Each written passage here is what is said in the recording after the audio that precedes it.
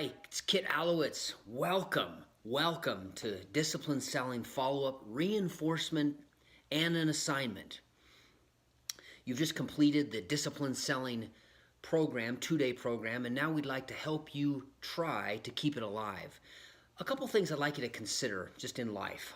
Number one, does this sound true or false? We often need to be reminded more than we need to be instructed.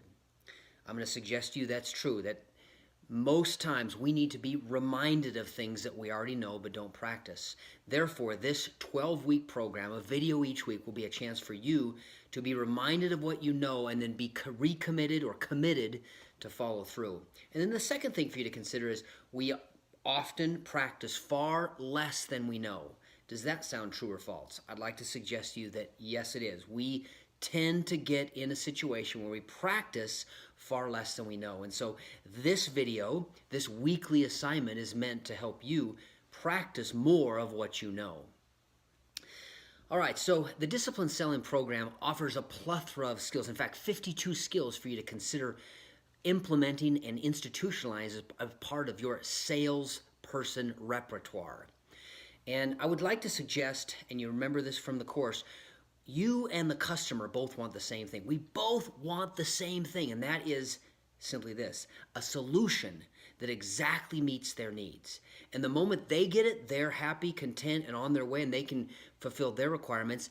And then when you exactly get that, then your life becomes a lot easier. You look good, and there's repeat business opportunities. And in that pursuit, in that process of trying to help get a customer exactly what they need, there's 3 or 4 things that can often happen. 3 of the 4 I'm going to suggest are not super valuable for you becoming as effective and as high courageous and be seen as a trusted business advisor. The first thing that we can do is we can guess. We can guess what they want. Now, there's some upsides to that, but there's clearly a lot of downsides. We can assume we know what they want. That may have some upsides, but it has a whole bunch of downsides. We can tell the customer what they want. That might be efficient, but it has a whole bunch of downsides. So the Discipline Selling program and methodology and framework is really meant to explore the 4th alternative, which is to mutually explore. And to be able to mutually explore, it takes a lot of discipline, right? And discipline is the ability to follow through on a commitment after the emotion of making that commitment is passed. Discipline selling also involves the tenets of all sorts of principles and practices that you learned about in the 2-day course, and now we hope to reinforce on a weekly basis over the next 12 weeks. So today's topic I'd like to talk about is the idea of being proactive.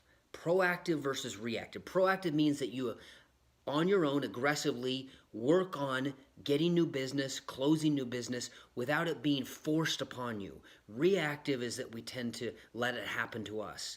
And what I tend to see in the sales world, and same thing applied to me when I was out there directly selling, is that it's easy to fall into the trap of being reactive, to just waiting for things to happen. In fact, your sales, my sales certainly back in the day, I could have sat and waited around for everyone else to tell me what to do, the customer, solving problems. In fact, I even got to the point where I would look for things to try to solve rather than carve out proactive time to work on things that were important but not urgent. And you learned in the class, we introduced a little model called the time management matrix. And this is a great little model because it puts all of your activities that you can choose to do or be forced to do as a salesperson into one of 4 buckets. And 3 of the 4 buckets, while okay, aren't optimizing your ability to close new business, to increase your win rates, and to really be very effective for both yourself, your territory, your company, and your customer. So the quadrant that we wanted to spend most of the time on was quadrant 2. Now, as a brief reminder, quadrant 1 are activities that are urgent and important. Those are things that kind of get forced on you. The customer wants something immediately, so you've got to respond immediately. They contact you. Quadrant 3, because I'll finish with the best quadrant. Quadrant 3 are activities that are urgent but not important. These are things that are often urgent to somebody else but not necessarily important to you. Quadrant 4 are activities that are not important and not urgent. And as salespeople, we don't want to be in that quadrant. So the quadrant that we want to be in as much as possible, or at least at minimum, and this is going to be your challenge for the week, we want to stay focused on is Quadrant 2. Quadrant 2 are activities that are important but not urgent. These are all the things that, as a sales professional, if we spend time in this quadrant, we will see transformational improvements in our effectiveness, in our win rates, in our courage, in our training, in our development.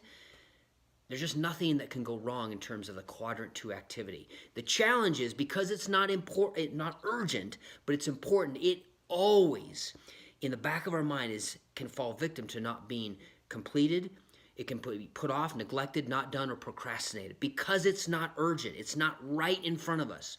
But it is the thing that will drive our business to the next level. So, as you learned about in the class, one of the coy little sayings that I like to use, and it's from Stephen R. Covey, and chew on this one, is the key is not to prioritize your schedule, but to schedule your priorities. So for you as a sales professional, what are some of your priorities that if you got them scheduled and completed, they would help drive your business forward? Like investing in relationships, like maybe even taking customers to lunch, even though they may be somewhat resistant and you don't think you have time. Maybe it's prospecting, maybe it's planning, preparing, maybe it's working on yourself, maybe it's training. These are all Quadrant 2 activities that will make a big difference. And one of the tenets of the class, which is called the Law of 1%, which is one of the skills you could have chosen to maximize or work on or practice, is the Law of 1%. If you're willing to spend 1% of your day in planning and preparation, in introspection, I'm submitting to you in a theory form that it will make transformational improvements to how you run your territory and the results that you're getting. And 1% of the day, if you take it down into minutes, is 14.4 minutes. That's what I'm asking. So those are some of the tenets that we learned about when we covered the lesson around time management. And so I end this little video today with the challenge that I'm giving to you this week to work on. And it is simply this.